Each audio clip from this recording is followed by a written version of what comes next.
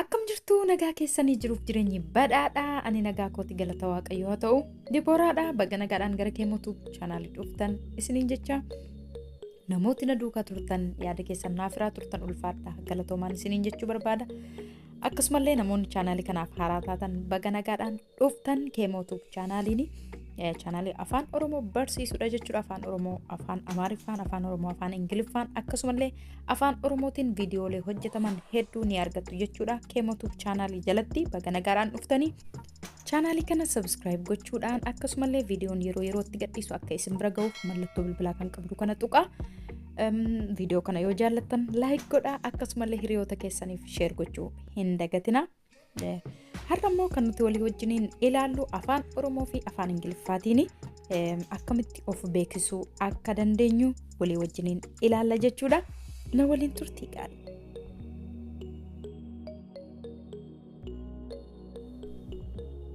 Of beeksisuu, of barsiisuu, self introduction, of beeksisuu, of barsiisuu, self introduction.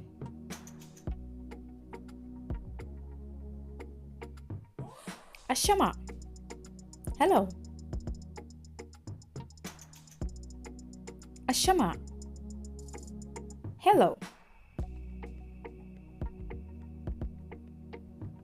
Akkam jirta? How are you? Akkam jirta? How are you?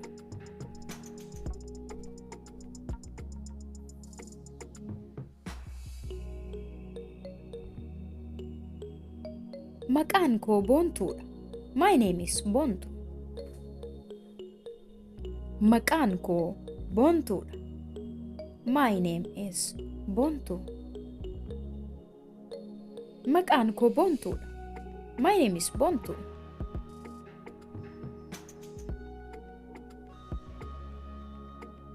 Maqaan abbaa koo Gadaadha. My father's name is Gada. Maqaan abbaa koo Gadaadha. My father's name is Gada.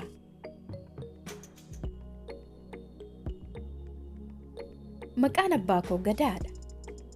My father's name is Gada.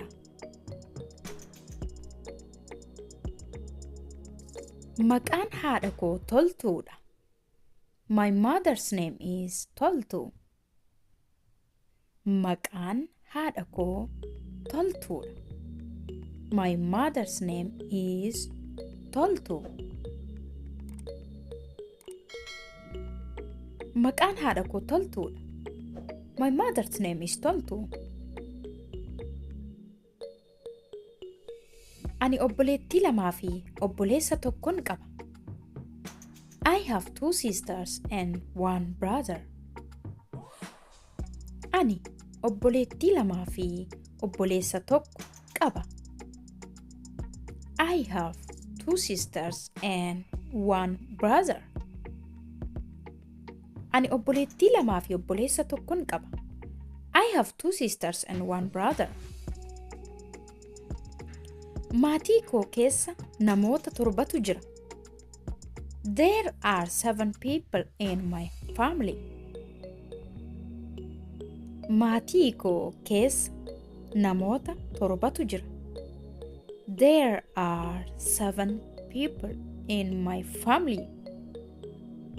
Maatii koo keessa namoota 7tu jira.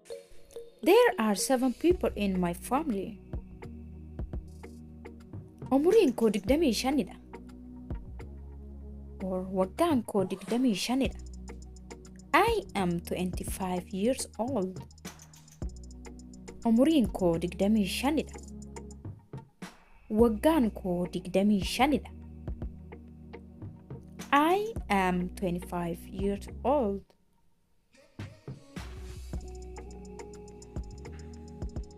Ani Itoophiyaa irraan dhufe. I came from Ethiopia.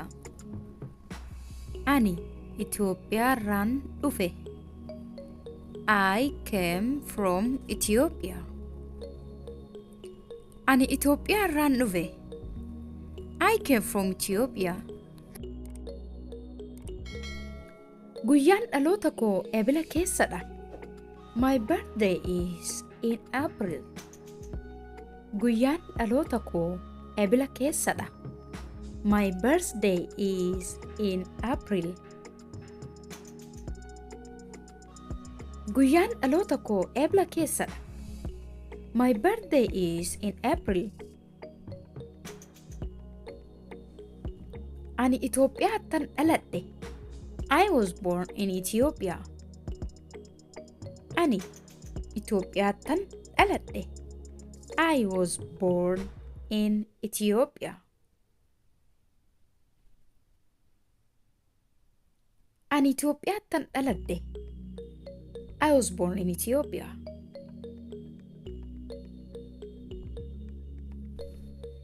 Ani Kanaadaan jiraadha. I live in Canada.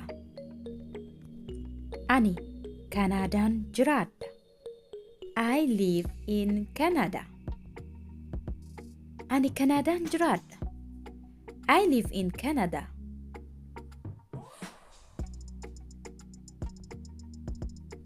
Ani waggaa 3 duran as dhufe. I came here 3 years ago. Ani waggaa 3 duran as dhufe. I came here 3 years ago. Ani waggaa 3 duran as dhufe. I came here 3 years ago. Ani ijoollee 2 qaba. I have 2 kids. Ani ijoollee 2 qaba.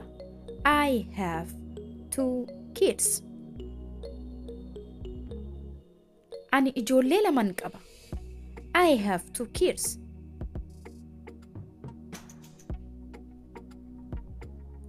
Ani barsiistuudha. I am a teacher. Ani barsiistuudha.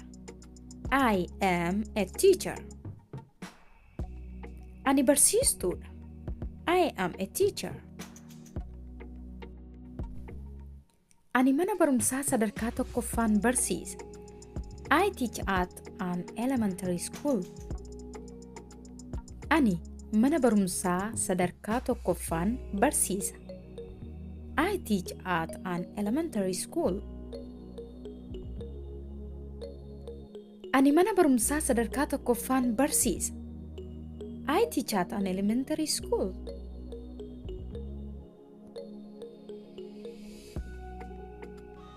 Ani barsiisuu nan jaalladha. I love teaching. Ani barsiisuu nan jaalladha. I love teaching.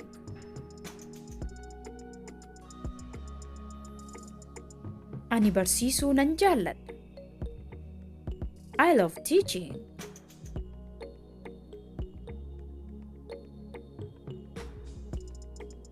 Yeroo boqonnaa kootti dubbisuun jaalladha. In my free time, I like reading. Yeroo boqonnaa kootti dubbisuun jaalladha. In my free time, I like reading. Yeroo boqonnaa kootti dubbisuun jaalladha. In my free time, I like reading. Gosti barnootaa ani jaalladhu herregadha. My favorite subject is mathematics. Gosti barnootaa ani jaalladhu herregadha. My favorite subject is mathematics. Gosti barnootaa ani jaalladhu herregadha. My favorite subject is mathematics. Nyaatni ani jaalladhu caccabsaadha. My favorite food is caccabsa. Nyaatni ani jaalladhu caccabsaadha. My favorite food is caccabsa. Nyaatni ani jaalladhu caccabsaadha. My favorite food is caccabsa. Guyyaa torbanii ani jaalladhu jimaatadha. My favorite day of the week is Friday. Guyyaa torbanii ani jaalladhu jimaatadha.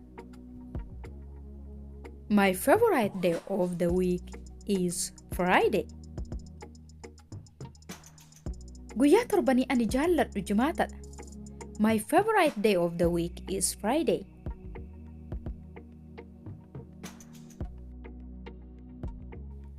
Barnoonni kiyyaa har'aa kana fakkaata ture akka isin fayyade abdii guddaan qaba. Viidiyoo kana yoo jaallattan like godhaa akkasumallee hiriyoota keessaniif share gochuu hin dagatinaa. Akkasuma yaada yoo qabaattan koomentii irratti barreessuu hin dagatinaa. Yeroo itti aanu barnoota kabiraan haga walitti deebinutti nagaatti tura.